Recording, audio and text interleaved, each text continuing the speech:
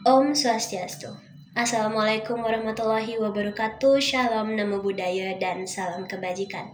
Salam harmoni. Sebelumnya perkenalkan, saya Gus Yudhya Marasani dengan 4 NIM belakang 1163. Pada kesempatan kali ini saya akan menjelaskan tentang filosofi pendidikan yang telah diimplementasikan atau diterapkan pada jenjang sekolah dasar, terlebih lagi sekolah dasar milik saya. Jadi terdapat dua filosofi pendidikan yang sangat utama digunakan di sekolah dasar saya. Yang pertama itu adalah filosofi esensialisme atau filosofi yang menekankan bahwa seseorang belajar dari konsep atau konsep dasar. Lalu yang kedua adalah filosofi humanisme atau filosofi yang lebih berfokus pada emosional atau emosionalitas dari seorang manusia. Implementasi dari kedua filosofi ini itu bisa dilihat dari berbagai kegiatan yang ada di sekolah saya, seperti contohnya dari filosofi esensialisme terlebih dahulu. Yang pertama itu adalah murid-muridnya atau peserta didik itu diajarkan secara mendasar atau secara konsep dasar.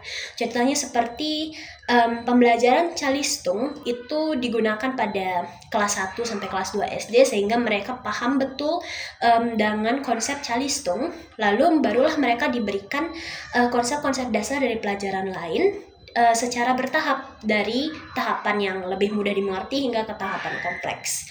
Lalu yang kedua adalah pembelajaran itu cenderung berbasis penghafalan atau pengulangan. Contohnya seperti saat peserta didik diperintahkan untuk menghafal perkalian, pertambahan, dan juga menghafal nama-nama pahlawan atau penghafalan sains pada umumnya. Lalu yang ketiga, kita bisa lihat dari segi evaluasi. Evaluasi yang digunakan itu biasanya berbasis tes untuk mengukur nilai mereka. Itu seperti tes ulangan harian, tes ulangan tengah semester, ulangan akhir semester, dan semacamnya. Atau juga pekerjaan-pekerjaan rumah yang diberikan kepada mereka. Nah, filosofi esensialisme ini cenderung berfokus pada nilai yang berbasis angka untuk mengukur kecerdasan seseorang. Lalu implementasi dari filosofi humanisme sendiri itu bisa dilihat dari dua hal di sekolah saya. Yang pertama adalah apresiasi yang dilakukan di kelas. Itu contohnya seperti pemberian stiker kepada anak-anak yang berani untuk mencoba menjawab, mencoba bertanya, atau mencoba menjelaskan di depan teman-temannya di ruang kelas. Nah, mereka yang melakukan tersebut akan diberikan apresiasi berupa stiker atau sebuah poin kehadiran, sebuah poin keaktifan yang diberikan kepada mereka sehingga mereka lebih termotivasi untuk melakukan hal tersebut dan mereka lebih nyaman untuk berdiskusi juga. Lalu yang kedua adalah pemberian konseling ketika seseorang atau peserta didik itu merasa kesulitan secara emosional. Nah, berdasarkan implementasi tersebut, apa sih manfaat yang diberikan dari implementasinya? Yang pertama, dengan mengimplementasikan filosofi esensialisme, manfaat yang diberikan itu adalah satu, peserta didik mampu memahami suatu mata pelajaran secara konsep atau secara mendasar, sehingga jika diberikan sesuatu yang lebih kompleks, mereka akan mudah untuk mengerti atau mudah untuk memecahkannya menjadi suatu konsep dan mereka mudah untuk menjawabnya. Lalu kemudian peserta didik juga akan lebih disiplin baik terhadap nilai mereka atau terhadap penampilan mereka. Lalu kita bisa lihat lagi manfaat yang diberikan dari segi sekolah atau guru dan tata usaha. Itu mereka akan mudah untuk menilai seseorang karena jenis evaluasinya sendiri itu menggunakan nilai atau berbasis angka. Lalu dari segi implementasi humanisme, seseorang manfaat yang diberikan itu adalah ruang kelas itu akan menjadi lebih nyaman untuk membuat seseorang berkembang atau menjadi ruang yang nyaman untuk belajar. Lalu yang kedua, relationship atau hubungan antara siswa dengan siswa, guru dengan guru, guru dengan siswa itu akan menjadi lebih dekat karena mereka saling mengerti secara emosional. Oke, beranjak dari hal tersebut, tentu ada juga kekurangan dan kelebihan dong yang diberikan dari implementasi ini. Kita mulai dari sisi filsafat esensialisme terlebih dahulu. Kelebihan yang diberikan itu adalah yang pertama, seperti yang telah saya singgung tadi, bahwa seseorang atau peserta didik akan paham secara konsep dan mendalam. Karena pada dasarnya filsafat ini mengharuskan seseorang untuk belajar secara mendasar, sehingga mereka akan paham betul dari dasar-dasar konsep tersebut, dan mereka juga akan lebih mudah untuk memecahkan masalah yang lebih rumit karena mereka secara konsep mereka paham.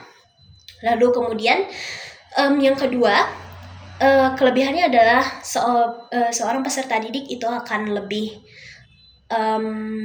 lebih disiplin terhadap nilai, terhadap penampilan mereka. Lalu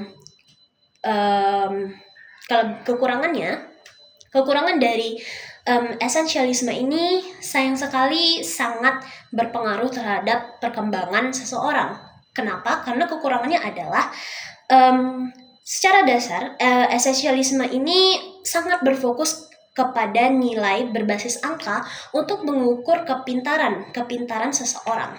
Jadi, ketika ada seseorang yang pintar secara non-akademik, mereka tidak akan diakui oleh masyarakat karena cenderung orang-orang yang memiliki kemampuan di non-akademik seperti seni, olahraga, dan lain-lain, mereka pasti akan kurang secara akademis. Dan seseorang yang kurang secara akademis itu cenderung tidak dianggap oleh sekolah. Maka dari itu, ini merupakan sebuah kekurangan karena mereka tidak mendukung perkembangan anak-anak yang memiliki kemampuan di luar akademis.